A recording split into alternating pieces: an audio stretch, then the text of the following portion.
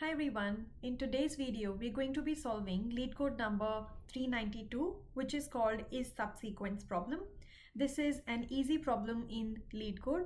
Let's try to understand what the problem says. Given two strings s and t, return true if s is a subsequence of t or false otherwise. A subsequence of string is a new string that is formed from the original string by deleting some, can be none, of the characters without disturbing the relative positions of the remaining characters. So ACE is subsequence of A, B, C, D, E because here we have A, C, E in the right order and we are just deleting B and D from here to get this subsequence. While AEC is not, because we have A, E and C but they are not in the right order that are required. Let's try to understand this problem. Suppose we have this example where S is equal to ABC and our T is equal to AHBGDC. So we have to find this S subsequence in T. From T, we can delete some of the characters so that we can get this sequence, but we have to preserve the relative order. These are the two constraints that we are given. So if you look here, we have A here, yes, we don't need H, so we can delete this. B, yes, it is needed, so we have these two.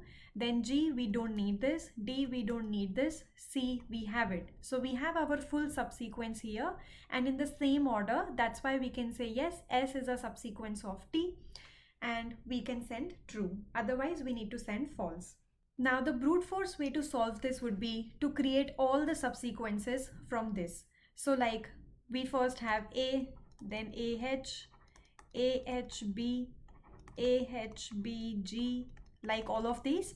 And then from all of these subsequences, we're gonna check whether we have ABC or not. If we have it, we send true, otherwise we send false. But this brute force way is not the most efficient way. And the most efficient way would be to use two pointers. Now I have just added indexes on both S and T. And now I'm going to initialize two pointers, SP and TP. SP is pointer for S string and TP is pointer for T string. Now we're going to check whether the element at SP, which is A, is equal to element at TP, which is A. Yes, they are both equal. And when they are both equal, we're going to increase our SP by 1 and TP by 1. So we're going to increase both the pointers. Then again, we are going to check whether the element at SP, which is B, is equal to element at TP, which is H. It is not. In this case, we are only going to move our TP pointer to one location up. Now again, we are going to check whether whether the element at SP is equal to element at TP. Yes, they are equal. They are both B. In this case, we are again going to move both our SP as well as TP. Now we need to check whether the element at SP, which is C, is equal to element as TP, which is G. It is not. In this case, we are just going to move our TP. Again, we are going to check the same thing, whether the element at SP is equal to element at TP, which is D. They are not equal. We're just going to move our TP. Again, we are going to check, and yes, we can see that element at SP is C, element at TP is also C. They are both equal. And again, we're just going to move both our SP to the next location and TP also to the next. Now, as soon as we have traversed either of these lists, or in this case, both of these lists, we know this is a stopping condition. We can't move beyond. We have traversed full S and full T. In this case, at the end, we're just going to return that whether our SP, which is currently equal to 3, this is location number 3, and length of S is also 3, 1, 2, and 3. If these are equal, then we return true, otherwise we return false. Now, if you look here, our SP will only be equal to length of S only when we are able to find all of these in our T. If one of them is not found, then our SP, we are not going to increase our SP. So our SP will not be equal to length of S. That's why we are saying when these are equal, when our SP is equal to length of the string, that's when we have found the subsequence. And that's when we return true. Because these are equal, we're just returning true. So now we know that this subsequence S is contained in sequence T. Now let us take another example. I'm just going to replace this b with x. Now again, I'm just going to initialize the pointers.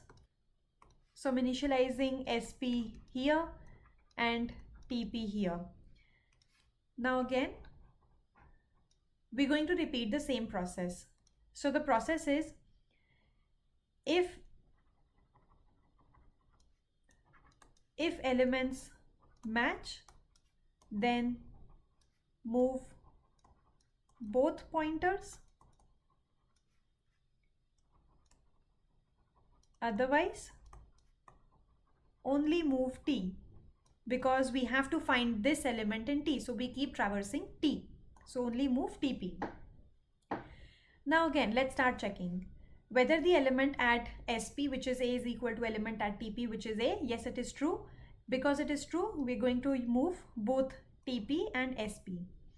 Again, we're going to check whether the element at SP, which is X, is equal to element at TP, which is H. They are not equal. In this case, we're only going to move TP.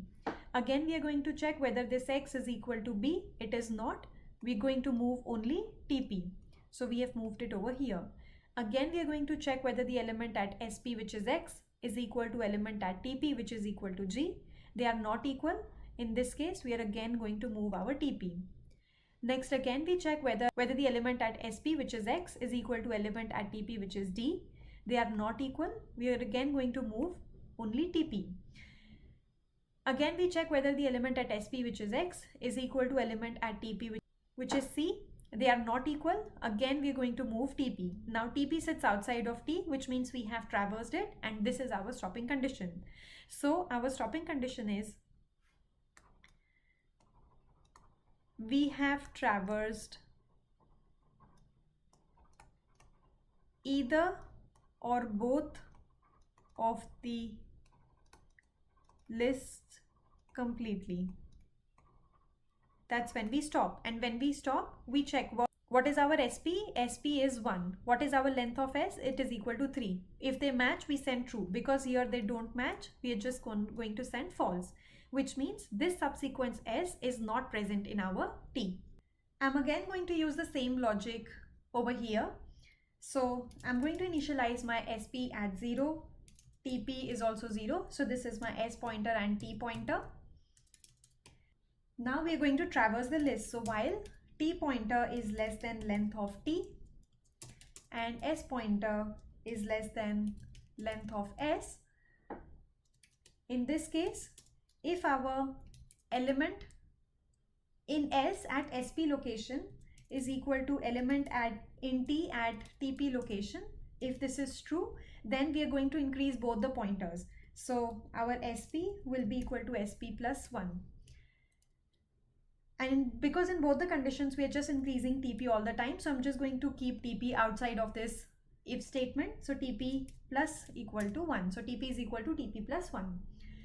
And at the end of the day, we're just going to return whether our SP is equal to length of S. Now let's just try to submit the solution. And now this gets accepted. Let's do a dry run of this so that we know how it is working. I've copied the solution here and I'm going to use this example, and let's run this code together. So SP is equal to 0 and TP is equal to 0. So we are going to initialize our two pointers SP and TP over here. Now, while TP is less than length of T, now length of T is 1, 2, 3, 4, 5, 6 and length of S is 3. Now our current TP is 0 and length is 6. 0 is less than 6 and our current SP is 0 and length of S is 3. So 0 is less than 3. So we have this condition as true. In this case, we are first going to check if S of SP is A, is equal to T of TP, which is also A. Yes, these are equal, and in this case, we have to do SP is equal to SP plus 1. So we are going to move our SP from here to here. Then the next line is TP is equal to TP plus 1. So we have to move our TP as well. Now we again go to this while check, and while TP is less than length of T, TP is 1, length of T is 6, yes, 1 is less than 6, and SP is less than length of S, SP is 1, length of S is 3, 1 is less than 3, that is true. So we can go here, and now we check if S of SP, which is equal to X, is equal to T of TP, which is H. It is not. In this case, we don't have to update SP, we only need to update TP. So TP would move to next location. Now here we are again going to check whether TP, which is equal to 2, is less than 6. Yes, it is true. And 1 is less than 3, which is SP is less than S. This is also true. In this case, we are again going to check if S of SP, which is X, is equal to T of TP, which is B. These are not equal. And in this case, we are again not going to update SP. We are only going to update TP. So our TP will move one position ahead. Then again, we will check if 3 is less than 6. Yes, it is true, to check this condition. And for this condition, our SP is 1 is less than S with length of S, which is 3. This is also true.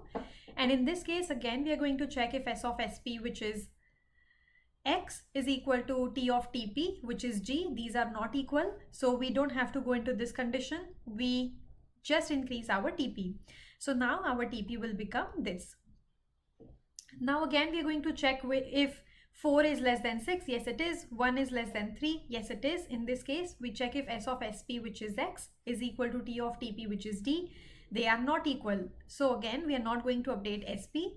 So we again move our TP using this code. Now again, we're going to check whether TP length, which is 5, is less than 6. Yes, it is. 1 is less than 3. Yes, it is.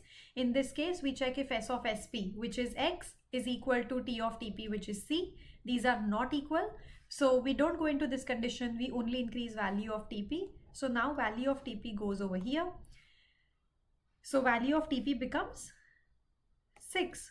After 5, it will become 6. Now, if TP is less than length of T, TP is 6. Length of T is also 6. It's not less than, it is equal to, which means this condition becomes false, which means we move out of the loop and we directly go to this return condition. So currently, our SP is equal to 1. Our length of S is equal to 3. Are these equal? No, these are not. So this will return false. And this is how the full loop is running.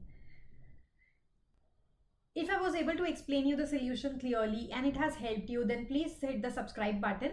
It really means a lot and helps me keep making content like this. Thanks for watching. I'll see you in my next one.